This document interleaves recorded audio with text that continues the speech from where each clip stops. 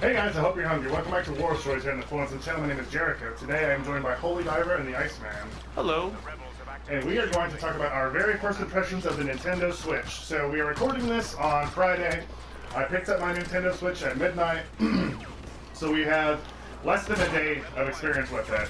But that's been long enough for us each to play it a little bit and to try out 2 games, Breath of the Wild and 1-2 Switch. So we're just going to kind of talk about how we feel about the console so far and how we feel about those games. But again, you know, all this subject to change. This is just very early, very first impressions. So why don't you start, HolyDiver? I like it. I mean, the console itself, the idea of having just being able to pick it up and have it be the exact same game, just as good being mobile as also on the console. Like it works really flawlessly. It's a cool gimmick. It's really flawless. I think, honestly, I really have nothing negative to say about it except for the simple facts of there aren't any games for it right now. I mean, we've only played 2 games and we've played about 80% of the library. So. Right. Yeah. It's undisputable that right now there's not a whole lot of selection. Like we were talking earlier, that Breath of the Wild for day one adopters of the Switch has got to be near 100% attach rate. So the attach rate is like if you bought a console, what game and how many games you bought. I can't imagine anybody who bought a Switch on day one would not have Breath of the Wild because that's the only game for it. We did also play 1-2 Switch. We'll get into that a little bit later. But I'm happy with the Switch so far. I agree with what HolyDiver said about the movement from the home console to the handheld is really, really cool. I like the way it feels. It seems like a cool new electronic. Like I feel like when I first was messing around with an iPod or a smartphone, it's just like an advancement in technology that, you know, it's just cool to be in the forefront of. They did a good job making it feel very different from the other consoles, and that's something that nobody has really succeeded in for since home consoles have been a thing. Right. You know, like the Wii U was a step in this direction, but this is quite different. And I think that's one way in which the Switch, I think, will prove to be more of a success than the Wii U. Is right away, it's very obvious what this thing is, what it does. It's a brand new thing. It's very different. It doesn't use discs. It doesn't, you know, it breaks a lot of the rules. So, you know, people thought that the Wii U was just like an upgrade, like you just bought the tablet and hooked it to your Wii. Like, there's a lot more brand recognition. I think they've done a better job so far in a lot of ways. So, what do you think so far, Iceman? Yeah, I mean, I agree. It's really cool, like the mobility of it and how like it literally is just the same game, same technology, no matter where you play it. You can play it on your TV, play it on the little screen it comes with. Breath of the Wild is so pretty. It's so cool. Yeah, it's really neat to see Nintendo finally release a game like that, where it's just open world. You can do so much with it, and I've still, like, we've only been playing it just today. I feel like there's so much more to it. Oh yeah, Breath of the Wild is really crazy. Honestly, it's like one of those games that like it's worth getting the console for that. Like I have a Wii U. I could have just as easily got it on that and saved, you know, $300.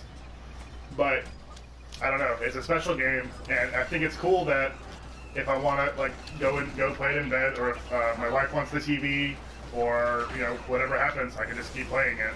Like that's neat, and that's so much I like the game so far. So I want to just keep playing it. Now, before we continue, obviously I would say capture card technology is not going to exist for the Switch just yet. If you're wondering why, you know, I'm recording on a PlayStation 4 while I'm talking about the Nintendo Switch. They say that the Switch is going to get its own capture technology built in, like the PlayStation has in the near future. Well, they didn't say near future; they said it's coming. So stay tuned for that. I definitely want to have a lot of Switch content on the channel when that day comes, but in the meantime, War Stories is going to stay, Battlefront stay on the PlayStation 4. So before we move on to talking about the games more in depth, the one problem I've had so far with the Switch hardware, so each of the little Joy-Con controllers, which are the 2 small things that basically click on the sides of the console when you have it in handheld mode, and they make up the controller in console mode, they have little wrist straps that make the side buttons bigger. But they are a pain in the ass to put on and take off, and I'm really worried about breaking them or putting too much pressure on them. And it's very unlike Nintendo hardware for me. Everybody talks about like that all that stuff is made out of Nintendonium or whatever they call it. Like, it will never break. It's all like super, super high quality stuff, and it doesn't feel like it's low quality, but I feel like I'm forcing it. And I imagine I'm doing it right. In 1-2 Switch, there's videos of people putting on and taking off. Like, as far as I can tell, I'm doing it correctly, but I don't want to break my new thing on the first day. So that definitely is a concern right away. But other than that, I am very happy. The screen looks beautiful. Like, it's a huge upgrade from the Wii U screen as far as trying to just play it on it. So, like, I would never really have tried to do anything like the Wii U. Like, I was excited about doing stuff in gamepad mode. Extremely rarely I would do that. But the Switch I already have just because I felt like it. So what about the games? HolyDiver and I played 1-2 Switch a lot more than TheIceMann did. So why don't you speak to that? At its best, it's a ton of fun. There are 28 games of varying degrees of quality, some really silly and fun, and just a good representation of what the Switch can do with the little motion capture technology, or motion controls, that is. At its worst, it's just ill-defined, random, and stupid. Right. Just not what you should expect from Nintendo. And the fact that it wasn't a free add-on like Wii Sports or Nintendo Land for the Wii and Wii U respectively is there's no robbery. It's robbery. Like, I'm sure, considering Jericho was the one that bought it, I'm sure he agrees that not nearly worth the money. I'm happy to have a game for us to all play together while you guys are in town. Like, I was happy to get a multiplayer game. And it is a cool way of showing off what the Switch can do. Like, there are games on 1-2 Switch that you could not do on any other console that's ever been made in history. Mm-hmm. That's cool. But it's at the cost of a full price release and a lot of the games being just nonsense. Like, completely chance-based, or there's one where nobody wins. It's like just a goof. Yeah. Like, I don't understand what you're supposed to be doing. So of the 28 games, though, I would say at least 14 are at least decent. Mm-hmm. Half are okay. Maybe another six or 8 are pretty good, are okay, and then the rest are just bad or silly. Yeah. So that's not bad. But again, I mean, I had pre-ordered it on Amazon Prime, so I get a discount. Like, even $40 for it is asking a lot. I think they definitely should have found a way. Just make the console more if you have to. Right. But it should have been with it, and I think that would have. I don't know. That would have been the way to go. Or have like a bundle with, like, extra controller, 1-2 Switch for an extra $100. Yeah. Like, something like that. Something to make it, because I just don't see it being bought much, especially when it gets out. How little value is there. I agree. And speaking of low value for the money, the accessories are also pretty insane. Oh, man. Mm-hmm. Like, I spent $30 on a charging controller so that I can charge the Joy-Con while they're not hooked to the console, and I can still be sitting and using it. Another pair of Joy-Con is $80. Another Pro Controller, which is insane. Or a Pro Controller is $70. Another dock, so I can use it on both my TVs, is $90. Like, pretty ridiculous. Just to have a full controller that can charge and plug into the console, like what the other two guys have had for years, is like $120. That's just. I mean, no. I mean, I understand. That's if you wanted Joy-Cons and the charging cradle, or you could get a Pro Controller, which is better for serious gameplay anyway, for $80. Yeah, but which is still more expensive than what they're doing. Yeah, you're not wrong. Well, for 70, I mean. But before we move on, so what did you think of 1-2 Switch? You didn't play nearly as much as us, TheIceMann, but...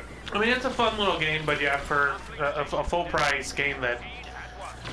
I mean, that seems like the perfect opportunity to have that game come with the Switch. Like with the Wii, you got Wii Sports, which was kind of a limited game. Mm-hmm. But at least it was free, and you kind of got to test out, like, oh, this is all the neat motion stuff the Wii can do. Like, that's exactly what... It sold people on the technology. Right. I mean, Jericho and I played for, what, an hour and a half? Maybe. And if that, and we saw everything it had to offer. basically. For a $50 game. Yeah, that's true. And, I mean, I've spent a lot more time on Breath of the Wild, but I can't imagine I've seen 5% of that game. I just left the starting area in a lot of ways. Right. So speaking of Breath of the Wild, it's incredible. Like, I can already tell it's something just super special that I'll be sinking, like, all my available time in for the foreseeable future. It's beautiful, it's smart, it, you know, breaks new ground. HolyDiver has a point, like, you know, a lot of what it's been doing, other consoles have been doing, or other games have been doing for a long time, like Far Cry and Skyrim and all, but they've never had Nintendo's level of polish or the Zelda universe to do that stuff in. But I've been completely blown away by the game so far. Yeah, I hate everything and it looks incredible, and I very much want to be able to play it.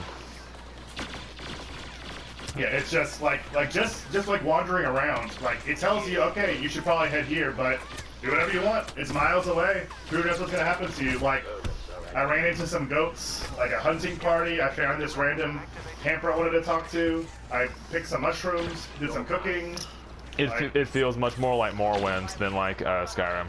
Yep, I agree, in a good way. Yes. Yeah, a much more open, fulfilling world to explore, and way less signposted. And it's like just enough, in the opening area. So basically, you're stuck in one large part of the map until you do 4 initial shrines and sort of get your bearings, and it teaches you the rules of the world and all. But just doing that, like, sometimes it was a little hard to know exactly where I wanted to go, but like now, I have a general idea, and that's all I need. I don't know. It seems amazing so far. That's an understatement. So, a bit of a shorter episode, but I think I'll probably be wrapping up here. If you guys had any other closing thoughts about the Nintendo Switch, I am very optimistic. I think that they need to get games out quick if they don't want to have a repeat of what happened with the Wii U. Yeah, I mean, we got Mario Kart 8 Deluxe next month. That's something, but we need. I mean, the next big Nintendo game we're sure about is Super Mario Odyssey. Besides ARMS! And then I guess like Fire Emblem Warriors will come out this summer. Like Nintendo insists the reason we're doing that is we want one big game every 3 months, not 5 big games right away and then nothing for a year. And that makes sense on paper. If they can keep to that word, that makes a lot of sense. Still, I wonder if they wouldn't have been better off just holding off on the release for a couple months. Just to have a more impressive launch library. And then they could still follow their same plan, just wait. And I know. Yeah, if they had waited and also had Mario Kart, a few more indies, and then maybe one more, and then ARMS, I think it would look a lot better. With the same launch lineup now, but also had Mario Kart, ARMS, and a few more indie games. I think that would feel a lot more impressive. But that being said, I'm willing to wait. I'm happy to be on the ground floor, and so far, after one day of playing it, I'm loving it. Oh yeah.